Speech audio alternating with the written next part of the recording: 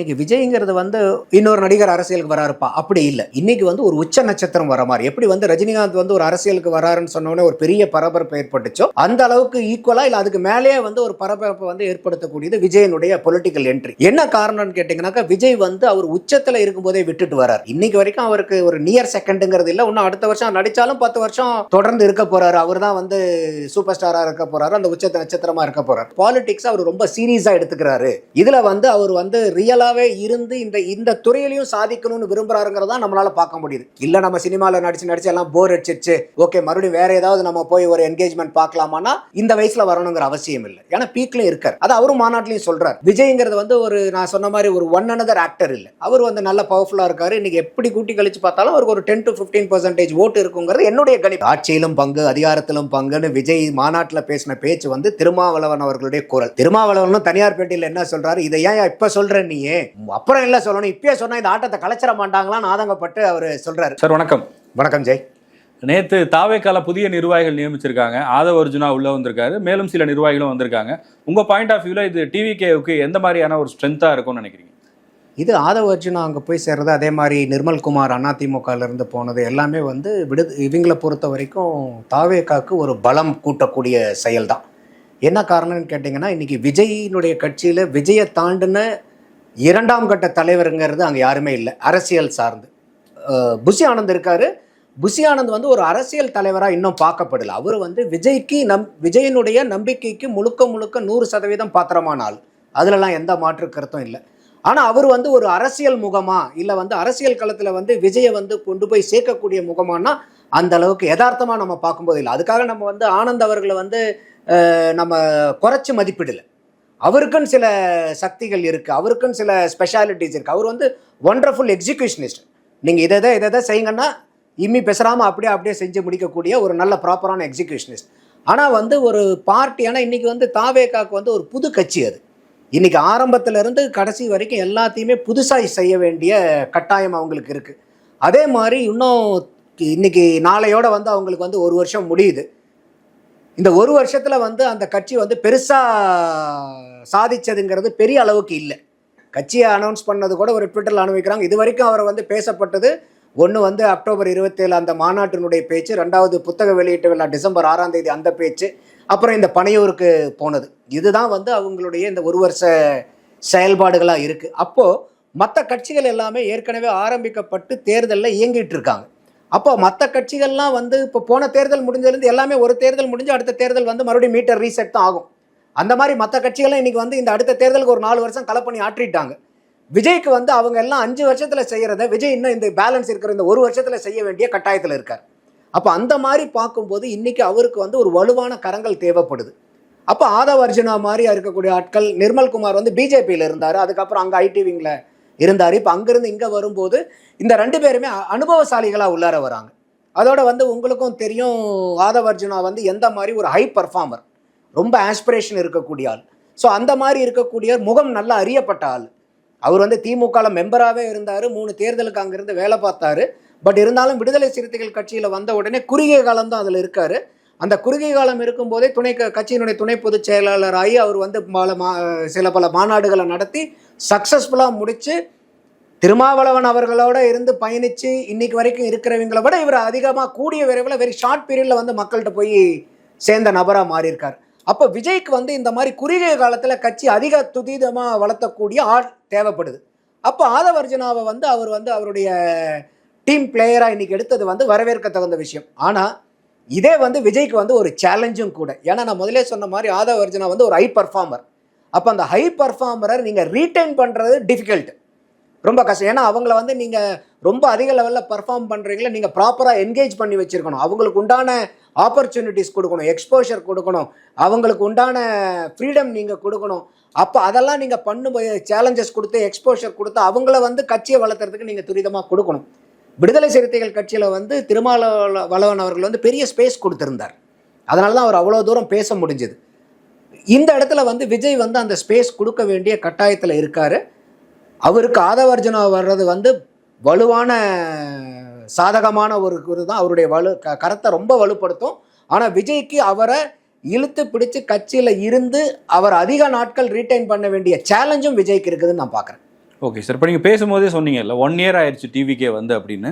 டிவிகேவினுடைய செயல்பாடுகள் ஒரு பக்கம் அப்படின்னா, விஜயுடைய அரசியல் வருகை இந்த ஒரு வருஷத்துல அரசியல் ரீதியா என்னென்ன மாற்றங்களை கொண்டு வந்திருக்கு? மற்ற கட்சிகள்ல இப்பவே ஏதாவது ஒரு தாக்கம் தெரியுதுன்னா நீங்க என்னென்ன சொல்றீங்க?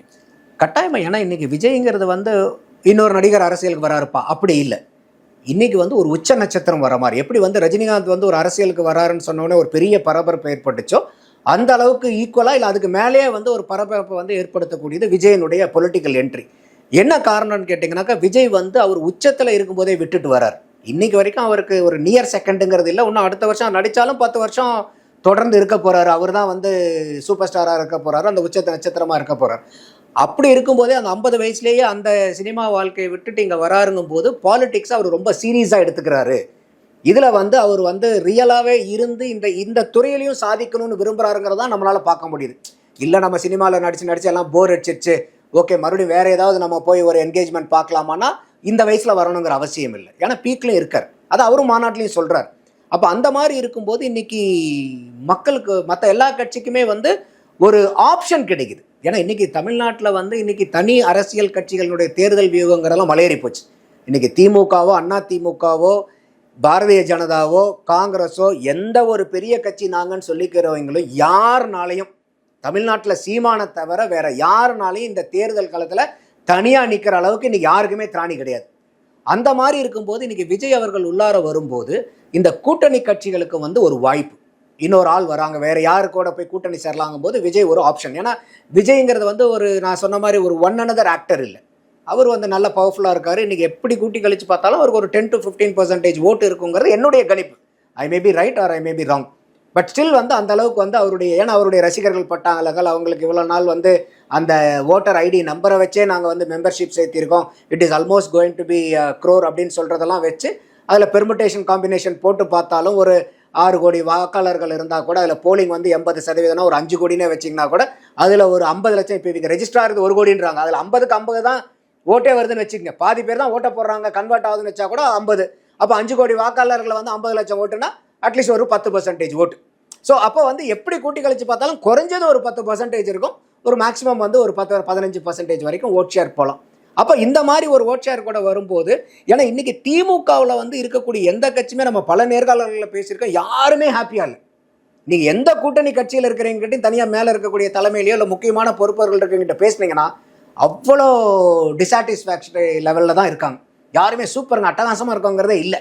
அப்போ அவங்க எல்லாமே பல்ல கடிச்சிட்டு இருக்கிறதுக்கு காரணம் என்னென்னா, ஒன்றும் ஆட்சி இருக்குது, அடுத்தது இவங்களை விட்டு ஆச்சரிய நான் இந்த கைப்பிடியை விடுறதுக்கு ரெடியாக இருக்கேன், எதை பிடிச்சிக்கிறது நான், இல்லைனா நான் விழுந்துருவேனே, இதை விடுறதுக்கு நான் ரெடியாக இருக்கேன், எனக்கு இங்கே பிடிக்கல, இப்போ இது பிடிக்கும்போது கையெல்லாம் உறுத்திட்டு இருக்குது, குத்திக்கிட்டு இருக்குது, எப்படா இதை விட்டு தொலையலான்னு இருக்கும், ஆனால் பிடிக்கிறதுக்கு இன்னொரு பிடிமானம் இல்லையேன்ற லெவலில் இருக்காங்க.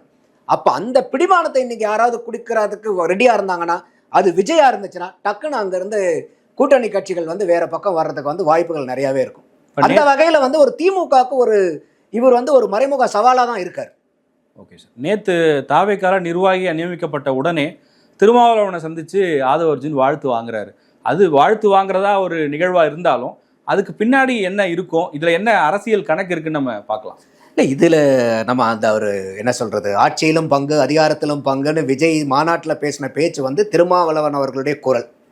திருமாவளவனும் தனியார் பேட்டியில் என்ன சொல்கிறாரு, இதை ஏன் இப்போ சொல்கிறேன் நீயே, அப்புறம் இல்லை சொல்லணும், இப்பயே சொன்னால் இந்த ஆட்டத்தை கலைச்சிட மாட்டாங்களான்னு ஆதங்கப்பட்டு அவர் சொல்கிறார். திருமாவனுடைய குரலை வந்து எதிரொலிக்கிறனால எல்லாத்துக்குமே by and large Tamil Nadu political சினாரியோவை watch பண்ணுறீங்க எல்லாத்துக்குமே தெரியும், ஒரு best option for Vijay partnership யாருன்னா திருமாவளவன் அவர்கள் இருக்கிறதுக்கு வாய்ப்பு இருக்குது அப்படின்றது. அதுக்கு மேலே திருமாவளவன்கிட்ட இருக்கிறவர் தான் இப்போ இங்கே வந்து ஜாயின் பண்ணியிருக்காரு. அப்போ இன்னைக்கு ஏற்கனவே வந்து மறைமுகமாக விஜயும் திருமாவளவன் அவர்கள் பேசிக்கிட்டு இருந்தா கூட இன்னைக்கு வந்து விஜய் அவர்கள் சார்பிலையும் திருமாவர்கள் சார்பிலையும் பேசுறதுக்கு இன்னைக்கு பாலம் வந்து இன்னும் ஸ்ட்ராங்காக போடப்பட்டிருக்கு ஆதவ அர்ஜுனானால. அப்படி இருக்கும்போது அது ஒரு த்ரெட் ஃபார் டிஎம்கே. அடுத்தது இன்னைக்கு விஜய் லெவலில் இன்னைக்கு யார் வந்து அந்த கட்சியிலிருந்து நீங்கள் கூட்டணிக்கு அனுப்பிச்சு பேச முடியும் யாருக்கிட்டையாவது?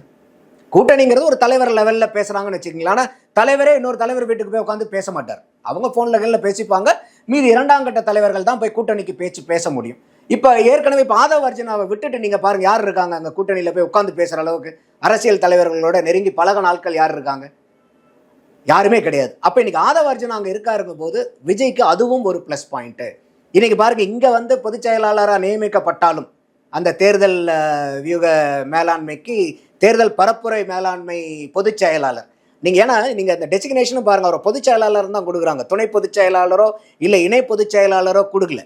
காரணம் என்னன்னு கேட்டிங்கன்னா, எந்த இடத்துலையுமே நீங்கள் வந்து இவர் வந்து ஆனந்துக்கு கீழனுங்கிற மாதிரியும் இவரை பொசிஷன் பண்ணிடக்கூடாது.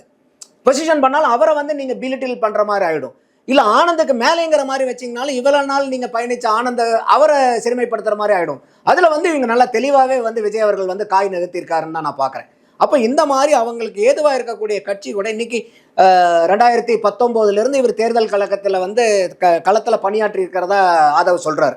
அப்போ எல்லா அந்த கூட்டணியிலெல்லாம் கூட வந்து டிஎம்கே சார்பில் கூட்டணி பேசும்போது அவங்க சபரீசன் கூட நானும் தான் உட்காந்து பேசினங்கிறதெல்லாம் பல இடத்துல சொல்லியிருக்காரு. அந்த மாதிரி இருக்கிறது வந்து விஜய்க்கு வந்து இது கூட்டணி பேசுறதுக்கும் மாதவ அர்ஜுனா அவர்கள் வந்து ஒரு பெரிய ப்ளஸ் பாயிண்டாக தான் இருக்காருன்னு நான் பார்க்குறேன். அதோட ஐடியாலஜிக்கலாகவுமே வந்து ஆதவ அர்ஜுனா வந்து strong, is an intelligent person also. அதே மாதிரி ஒரு எல்லாத்தையுமே கொஞ்சம் வேகமாக செஞ்சு முடிக்கணுங்கிற ஒரு ஆர்வம் மிக்கவர். இதெல்லாம் தான் சில நேரத்தில் சேலஞ்சாகவும் மாறிடும் விஜய்க்கு. அப்போ விஜய் வந்து அந்த ஹை பர்ஃபார்மரை எப்படி மேனேஜ் பண்ணணுங்கிற, இன்னைக்கு ஆனந்த மேனேஜ் பண்ணுறது பெரிய விஷயம் இல்லை. ஏன்னா அவர் 100% உங்களுக்கு லாயலிஸ்ட். அவர் பொதுச் செயலாளர் ஆனதுக்கப்புறம் கூட நான் வாழ்க்கப்புறம் விஜய் ரசிகனாகவே இருந்தால் போதுன்னு நினைக்கிறார்.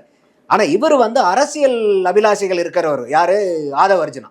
அப்போ அவருடைய அரசியல் கனவுகளை நிறைவேற்றுறதுக்கு, உங்களுடைய அரசியல் கனவை நிறைவேற்றி இருக்கிறதுக்கு நீங்கள் எப்படி 2 பேரும் நீங்கள் ப்ராப்பராக அலைன் பண்ண போகிறீங்கிற சேலஞ்சு வந்து சேலஞ்சும் இது, ஆப்பர்ச்சுனிட்டியும் இது. இந்த இருக்கிற சேலஞ்சை எஃபெக்டிவாக யூட்டிலைஸ் பண்ணினார்னா விஜய் அது அவருக்கு ஆப்பர்ச்சுனிட்டியாக மாற்றிக்க முடியும்.